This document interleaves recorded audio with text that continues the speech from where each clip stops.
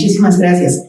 Al contrario, me siento muy complacida y honrada de poder tener esta charla contigo y con el equipo, porque realmente creo que es un gran esfuerzo que está haciendo la dependencia para promover y difundir la cultura histórica.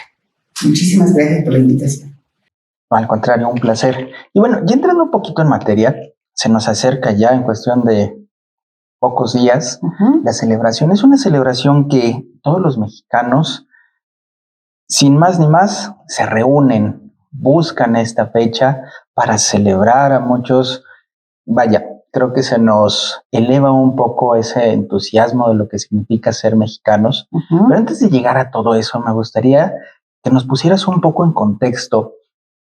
¿Qué hay detrás de esta historia del 15 de septiembre para todos los mexicanos?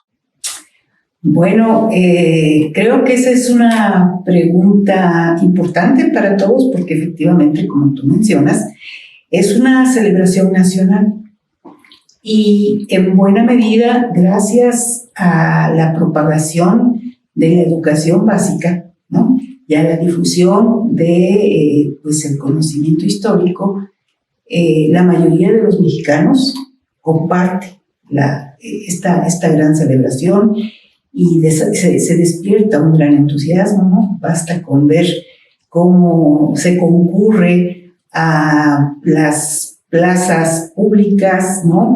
Y bueno, qué decir del Zócalo de la Ciudad de México, ¿no? Donde el presidente en turno encabeza pues un gran festejo y una gran celebración, y esa misma celebración se replica en los gobiernos de los estados, los ayuntamientos más importantes, y por supuesto es una fiesta en la que participa pues la mayoría de la población, independientemente del nivel económico, incluso del nivel educativo. O sea, todo el mundo celebra el 15 de septiembre, efectivamente. Así es, y sobre todo nos damos cuenta, incluso ahora apegándonos un poco a la modernidad, en las plataformas ya se está dirigiendo mucho algunas series hacia estos personajes que hicieron historia. Claro. Pero en realidad, doctora, ¿quiénes fueron esos líderes y qué aportaron a cada uno a este movimiento? Porque es muy fácil decir nombres que, por curioso que parezca, cuando les preguntan a las personas en la calle, ahora que mencionabas el nivel de educación, no saben cuáles son de cada temporada, porque también se nos viene posteriormente noviembre y se mezcla. Pero es importante hacer una pequeña aclaración. ¿Quiénes participaron? ¿Qué aportaron? Y sobre todo, Puebla, ¿qué papel jugó? Bueno, esa es una pregunta bastante, cuya respuesta es bastante extensa, pero yo quisiera un poco apelar a nuestro conocimiento del pasado, ¿no? Quisiera, antes que nada, explicar que la guerra de independencia, el movimiento de independencia que de manera emblemática inicia con el grito de Dolores en la madrugada del 16 de septiembre, no es más que la culminación de un largo proceso que ya se venía gestando desde décadas atrás. Creo que la mayoría de los estudiosos de la historia coinciden en que existían razones y antecedentes importantes. Para ese momento ya se había desarrollado un sentimiento de, nacionalismo, en el sentido de que se percibía un trato desigual entre la población de origen español, los criollos, los mestizos y las castas. Pero incluso entre los mismos criollos se sentía esa minusvalía con la que se les trataba por parte de la administración colonial. Y ese desdén, ¿no?, fue generando un sentimiento de descontento, el hecho de que no se reconociera la importancia de lo que la Nueva España aportaba al gran imperio español, de que se relegara en los puestos más importantes a la población criolla, ya no digamos a los mestizos y a los indios, sino a la población criolla. Por otro lado, tenemos que, pues, sin ir muy lejos, mirando al norte, las 13 colonias inglesas habían iniciado y culminado exitosamente su proceso de independencia en 1776. Entonces, ya había, digamos, como que señales de los caminos que se podían seguir para tener un reconocimiento y una mayor aceptación. Mientras que en Europa, pues los grandes imperios se tambaleaban ante el empuje de los ejércitos napoleónicos, ¿no? Que después de del inicio de la Revolución Francesa en 1789, estaba reconfigurando prácticamente los territorios europeos. Y dentro de esos territorios europeos, por supuesto que estaba el Imperio Español, ¿no? Entonces, cuando España es invadido por las tropas napoleónicas y se muestran las debilidades de un régimen que ya no respondía a las exigencias de la época, fue quizá una suma de factores que hizo posible que en estos territorios americanos se reclamara un papel, una importancia que hasta ese momento no se le había concedido, ¿no? Y sobre todo van a ser los criollos americanos los que empiezan a acariciar la idea, pues, de independizarse de América, porque empieza a circular como un conocimiento común que más que la madre patria, España trataba a sus hijos americanos como una madrastra, ¿no? O sea, explotaba y explotaba los recursos y a cambio de eso no daba el reconocimiento que merecían sus hijos americanos. Entonces, digamos que todas estas situaciones fueron caldeando los ánimos, algo que también fue un detonante muy importante y que a nosotros como Benemérita Universidad nos atañe, es que pues parte de este férreo control que quería imponer el Imperio Español lo llevó a expulsar a los jesuitas en 1767, cosa que provocó un gran descontento entre la población. Y para nosotros, digo, es muy importante porque no debemos de olvidar que en Puebla teníamos ni más ni menos que 5 colegios jesuitas, entre ellos el Ilustre Colegio del Espíritu Santo, que es el antecedente institucional de lo que después sería el Colegio del Estado, la Universidad de Puebla, la Universidad Autónoma de Puebla y la hoy Benemérita Universidad Autónoma de Puebla. Entonces, la expulsión de los jesuitas fue tomado como una manera de menospreciar la educación de los criollos americanos. Y así se fueron sumando una serie de acciones que, si las tomamos por separado, pareciera que no debieron haber impactado en el ánimo de los novohispanos, pero que conforme se fueron acumulando, pues iban a crear una gran resistencia, un gran descontento hacia el Imperio Español. Y cuando Carlos VII va a declinar, va a renunciar frente al avance de las tropas napoleónicas, la reacción de la Nueva España y de otras posesiones, es decir, bueno, no vamos a obedecer, no vamos a seguir el mandato de las autoridades que usurpan el trono de la monarquía española, vamos a ser leales al rey, ¿no? Por eso es que en muchos festejos se incluye, bueno, pues sí, viva Fernando VII, ¿no? Porque se sigue pensando en que en algún momento Fernando VII va a regresar a tomar su cargo, ¿no? Cosa que va a pasar mucho después y va a tener otras consecuencias. Pero en su momento, ese sentimiento que ya estaba germinando en el ánimo de los criollos, prontamente va a ser compartido por la población en general, que vive realmente en una situación de precariedad y que no tiene acceso, pues, a los, digamos, a las ventajas, a las ventajas que daba los grandes recursos del suelo americano, del cual pues solamente lo veían partir, ¿no?, rumbo a la madre patria, y que no se les retribuía pues de una manera que les permitiera solventar sus necesidades más apremiantes. Ya me mencionabas ahora esta parte de quién es el que va encabezando la celebración, quién evoca, quién te dice, y creo que es el momento más pertinente para que nos puedas explicar cuál es el papel de los presidentes en México en esta ceremonia del grito de independencia. Bueno, creo que aquí lo que importa mucho es reconocer, ¿no?, que las naciones en realidad son construcciones sociales, ¿no?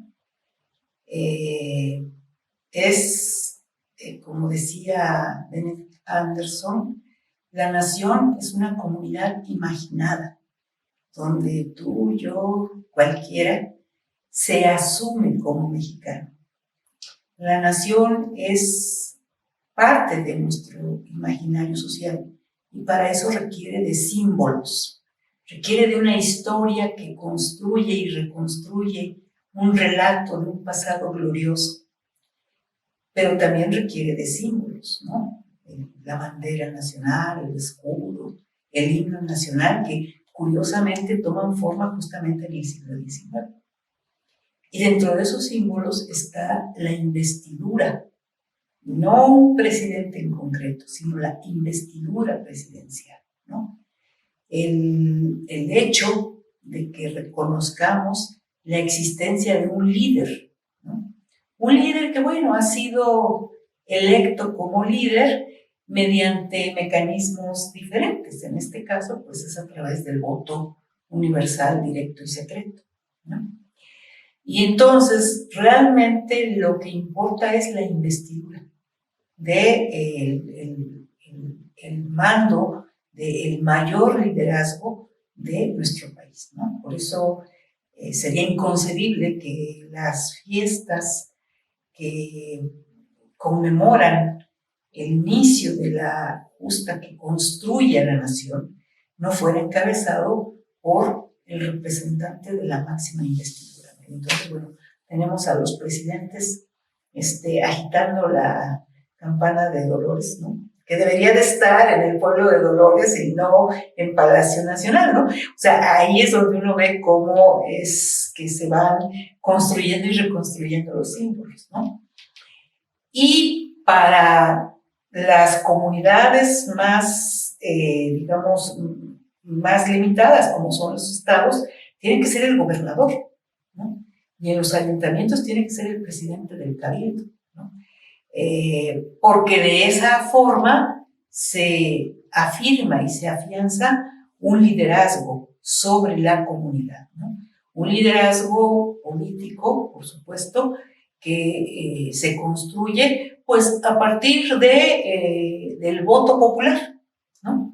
Entonces, realmente es más allá de si hoy tenemos un presidente así o un presidente asado, lo que importa es la investidura, ¿no? La investidura del presidente, del máximo liderazgo de la nación, ¿no?, que finalmente es esa certeza de que pertenecemos a un grupo diferente, igual pero diferente al de las otras comunidades y de los otros países.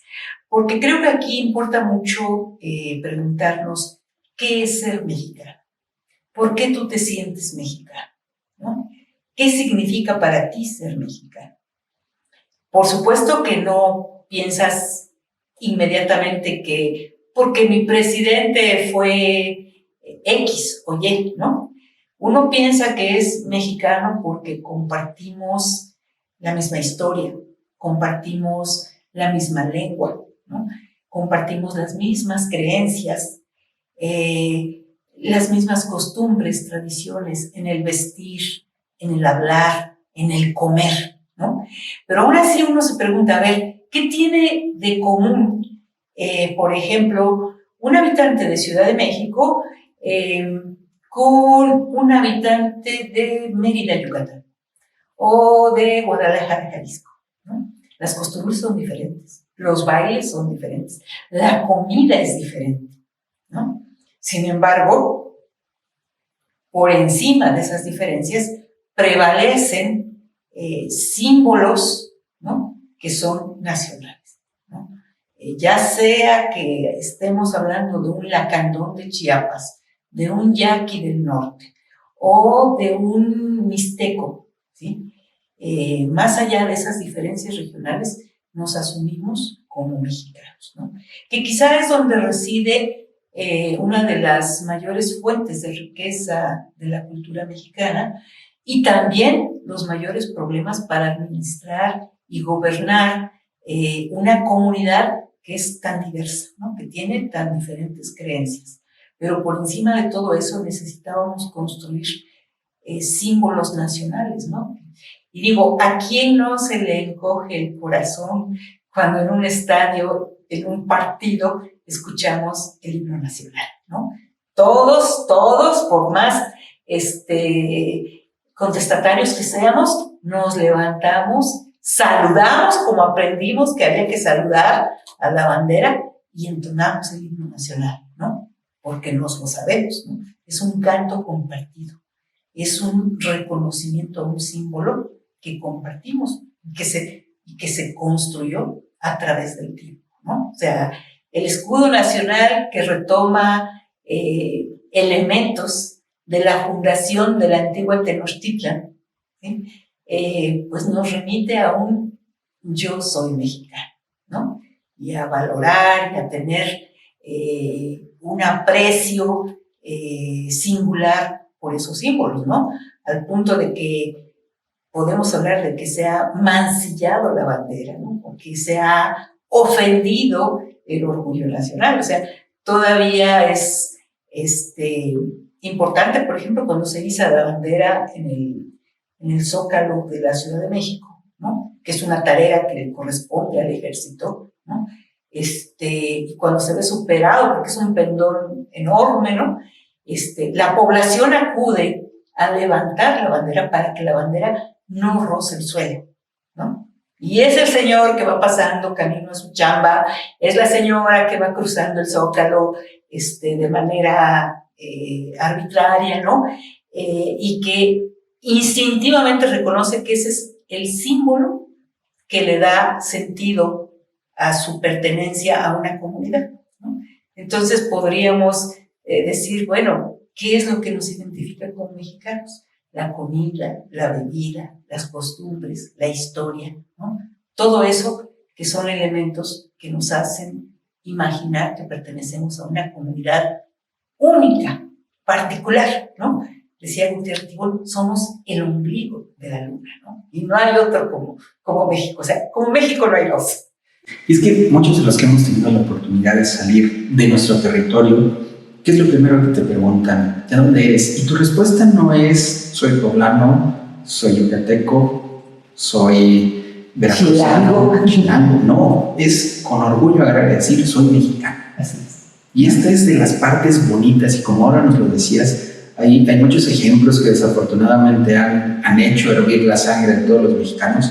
Recientemente en el Mundial con este jugador, con Lionel Messi, que se da la interpretación del video en el cual pasa por encima de nuestra bandera, por así decirlo. Fue un acto totalmente reprobable para todos los mexicanos. Así es. Y es que es la parte bonita. Yo siempre lo he dicho, no solamente debemos de festejar en septiembre, porque parte de lo que nos dejaron estos personajes que defendieron nuestra libertad, estas personas que se pusieron realmente la camiseta por cambiarnos nuestro futuro, un futuro que es totalmente distinto. Hace rato mencionabas que no era lo mismo cuando inició el movimiento, cuando está Porfirio Díaz, y ahora tampoco es lo mismo. Afortunadamente tenemos otras condiciones, nos hace falta todavía mayor crecimiento, pero hay que estar orgullosos de lo que somos, de lo que tenemos. Y puntualmente acá viene otra parte en la celebración. Esta celebración que nosotros tenemos cada 15 de septiembre, existe una joya de la corona: la danza, la música y la comida. ¿Sí? ¿Qué papel juega también en esta celebración estos tres aspectos? Es que es la fiesta, ¿no? Por eso son las fiestas patrias, ¿no? En la fiesta uno come, uno bebe, uno baila, uno canta, ¿no?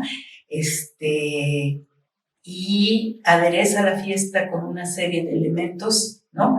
Que justamente nos remiten a formas de convivencia ancestrales, ¿no?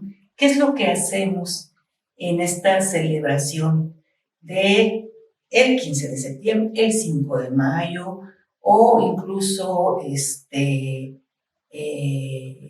la celebración de la Revolución Mexicana, ¿no? Lo que hacemos es lo que los pueblos seminómadas del norte de México llamaban el mitote. Nos vamos al mitote. ¿Qué era el mitote? El mitote era la reunión que se hacía cuando terminaba el día, ¿no? Y la gente del pueblo, de la comunidad, se reunía en torno a la hoguera para comentar los imprevistos de su día, ¿no? Por allá vi que había una manada de tal animal, por allá vi esta cosa, y todo se comentaba, se compartía alrededor de la hoguera, en torno a la comida, ¿no? De la que podía disponer la tribu o el grupo, ¿no? Eso es lo que se conoce como el mitote, ¿no? ¿Qué hacemos nosotros el 15 de septiembre? O sea, no estoy diciendo que nosotros tengamos ancestros, ¿no? De esa región de México, ¿no? Pero son costumbres y tradiciones propias de esas formas de convivencia ancestrales, ¿no? En donde el reunirse para comer, beber, festejar, y que además son formas compartidas de las fiestas, ¿no? En donde no importa tanto, ¿no? Que haya un tipo de comida, un tipo de bebida, un tipo de festejo en especial, ¿no? Nos reunimos a celebrar con lo que tradicionalmente identificamos como es la comida de la celebración, ¿no? Comida que además sea abundante, ¿no? Como por ejemplo el pozole, ¿no? Se prepara una olla de pozole, le ponemos los kilos de maíz cacahuacintle que más o menos calculemos para el grupo que va a celebrar, ¿no? Y es un plato que se prepara para todos, para una comida colectiva, ¿no? Y dependiendo a veces de la región, ¿no? Claro, lo que prevalece mucho es este tipo de comida, como comentábamos antes de entrar al aire, que tiene que ver con los elementos tradicionales de la cocina en México: maíz, frijol y chile, ¿no? Más lo que en las regiones se produzca de manera especial, ¿no? Y lo mismo pasa con la bebida, ¿no? Es la bebida que se produce, pero el ánimo es el festejo, la fiesta, el encontrarnos con la gente, compartir nuestros recuerdos, lo que estamos haciendo, etcétera, ¿no? Y justamente es esa celebración.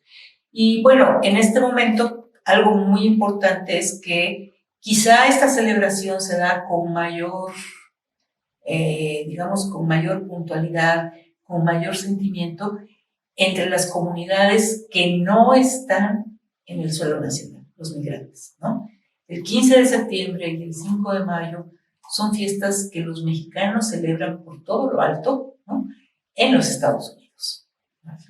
¿Por qué? Pues porque justamente es ese sentimiento de lejanía. Estoy lejos de la patria, ¿no? Porque además la patria no es solamente el suelo que pisas, el paisaje, ¿no? La patria es el lugar donde están tus orígenes, muy probablemente tus familiares, ¿no? Y celebrar las fiestas nacionales es una manera de estar también ahí, de saber que compartimos la misma celebración, ¿no? Aunque estemos distantes, pero el ser mexicano es compartir eso.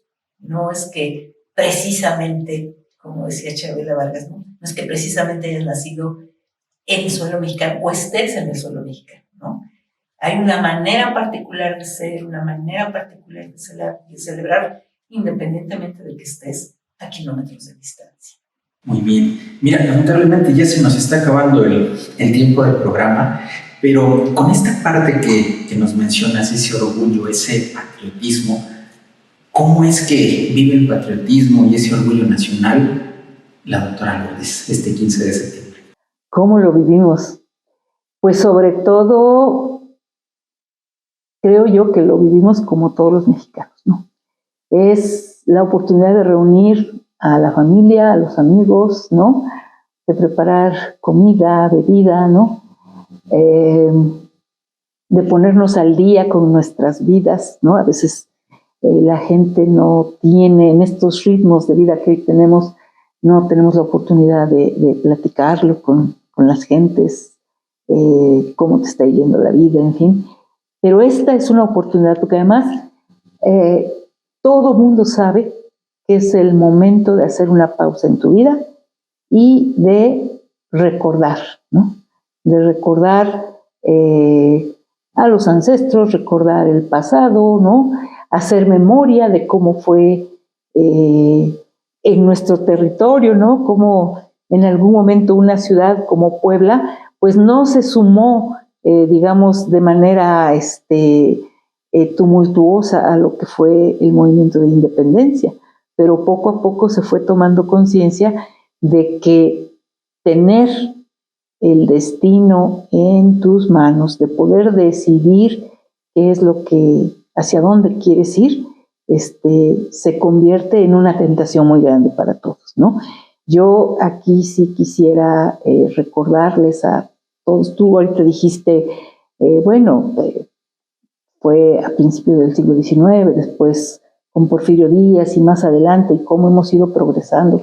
Sí, sinceramente, yo no me imagino lo que debió haber sido o lo que sería, ¿no? De este territorio, de esta nación, si hubiéramos seguido con esta política, con este gobierno que le negaba el acceso a la educación a la mayoría de la población, que le negaba el derecho al trabajo, al libre pensamiento, ¿no?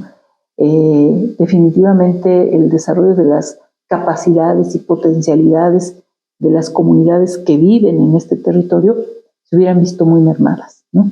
Entonces, todas esas luchas, ¿no? Todas esas experiencias dolorosas de nuestros antepasados lejanos, pues de alguna manera nos han traído a este punto, ¿no? Y uno podría decir, podría ser mejor, sí, pero también podría ser peor, ¿no? Entonces estamos aquí como resultado de todas esas gestas, de todas esas batallas, amargas una, victoriosas otras, y creo que por eso es bien merecido celebrar, conmemorar, no olvidar, ¿no?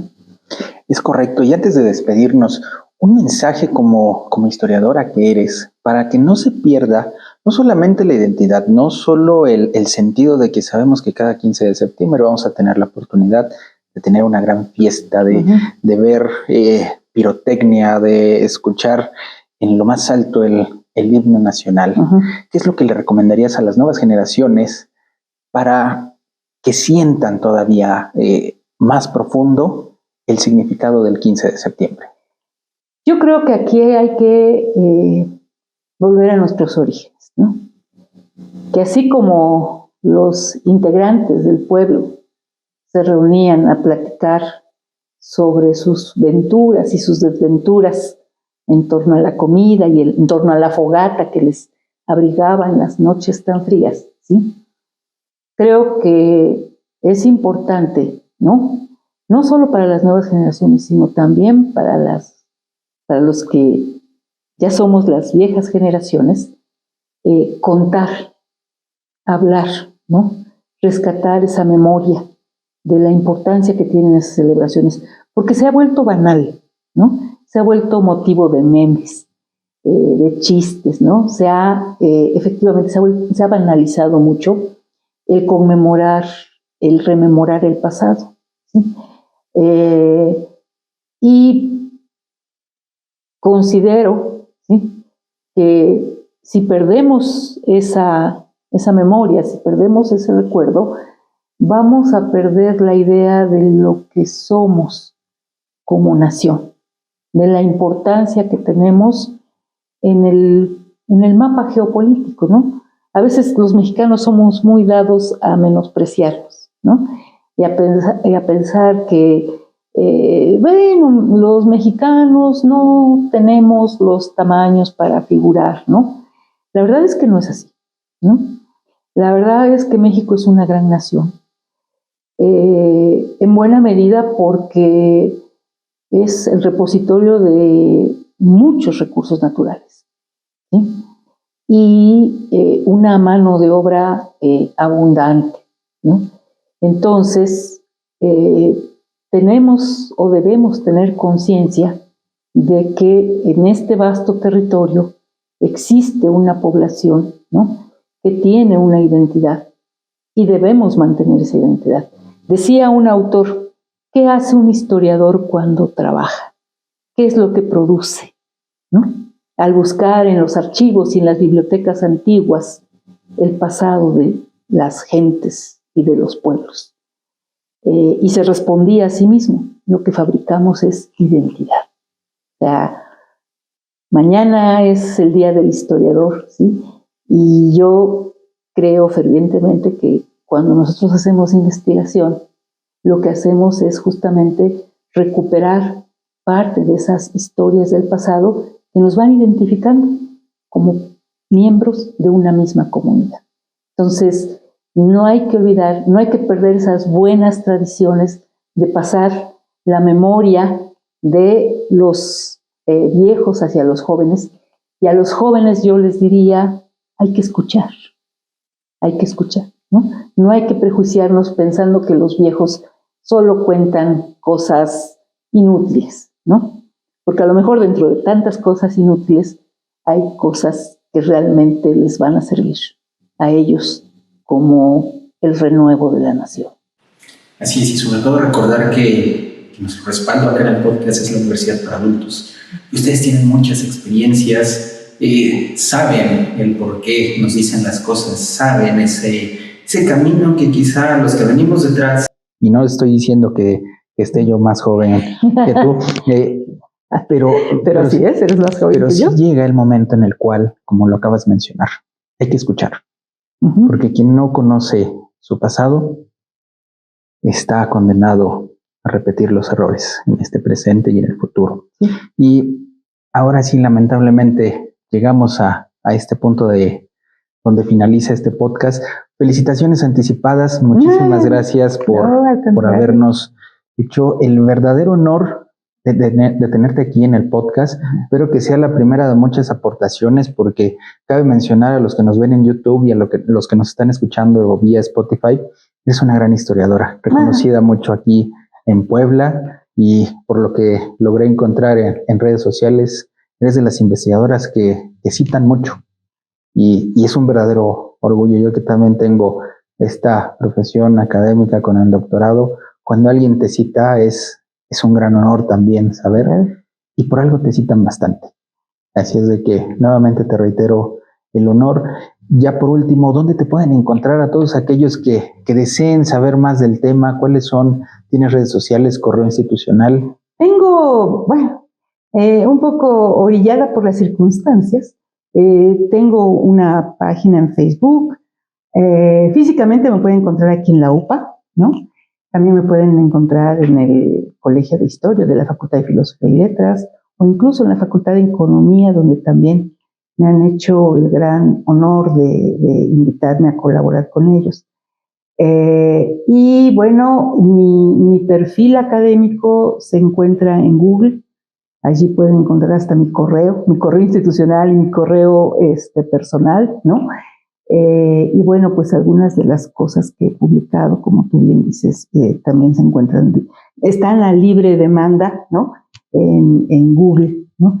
Y bueno, pues no me queda más que agradecerte la invitación y por supuesto que quedo totalmente dispuesta a platicar de algunos otros temas, ¿no? Para mí siempre es un gran gusto poder participar en estas iniciativas, ¿no? Que son menos formales, menos acartonadas y que de alguna manera revelan lo que uno piensa realmente sobre los acontecimientos históricos e incluso sobre lo que es o debería de ser la responsabilidad social de un historiador. Muchas gracias por darme esa oportunidad. Un verdadero placer. A todos ustedes que nos están escuchando, recuerden visitar nuestras redes sociales como De Cara a Cara UPABUAP. Soy Jesús Antonio de la Vega y nos vemos hasta la próxima. Muchas gracias.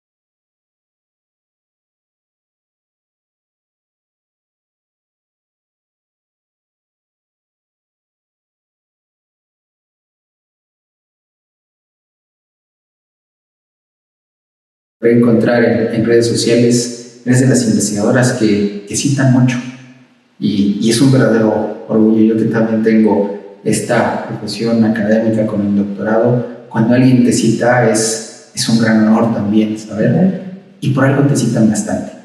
Así es de que nuevamente te reitero el honor. Ya por último, ¿dónde te pueden encontrar a todos aquellos que deseen saber más del tema? ¿Cuáles son? ¿Tienes redes sociales, correo institucional? Tengo, bueno, un poco orillada por las circunstancias, tengo una página en Facebook. Físicamente me pueden encontrar aquí en la UPA, ¿no? También me pueden encontrar en el Colegio de Historia de la Facultad de Filosofía y Letras, o incluso en la Facultad de Economía, donde también me han hecho el gran honor de invitarme a colaborar con ellos. Y bueno, mi perfil académico se encuentra en Google. Allí pueden encontrar hasta mi correo institucional y mi correo personal, ¿no? Y bueno, pues algunas de las cosas que he publicado, como tú bien dices, también se encuentran. Están a libre demanda, ¿no? En Google, ¿no? Y bueno, pues no me queda más que agradecerte la invitación y por supuesto que quedo totalmente dispuesta a platicar de algunos otros temas, ¿no? Para mí siempre es un gran gusto poder participar en estas iniciativas, ¿no? Que son menos formales, menos acartonadas y que de alguna manera revelan lo que uno piensa realmente sobre los acontecimientos históricos e incluso sobre lo que es o debería de ser la responsabilidad social de la historia. Muchas gracias por darme esta oportunidad. Un verdadero placer. A todos ustedes que nos están escuchando, recuerden visitar nuestras redes sociales como De Cara a Cara UPA. Soy Jesús Antonio de la Vega y nos vemos hasta la próxima. Muchas gracias. Muchísimas gracias, doctora. No, pues ahí edita, por favor, quita, corta lo que no sirva. Sí, eso me toca ya mañana. Sí, y cuando lo tengas me lo compartes. Sí. A ver cómo quedó. Ay, porque si de verdad nos ven más allá de la UPA, sí me apanica eso. Afortunadamente, ya ahorita lo que mandé para el anuario,